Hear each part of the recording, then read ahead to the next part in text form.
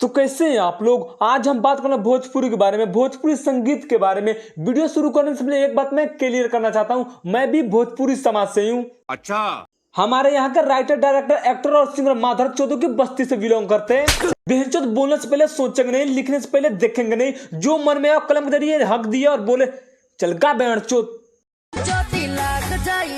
हमरा नाम मेरा जा तोहके कोस दे हम काट के डराम मेरा जा। बेटी नीले ड्राम तू ही देखिए, और डबल डोर का फ्रिज तेरे बाप ने दिया उसका क्या करेंगे, उसमें ग्रेन में के लिए लेग पीस ना डालेंगे।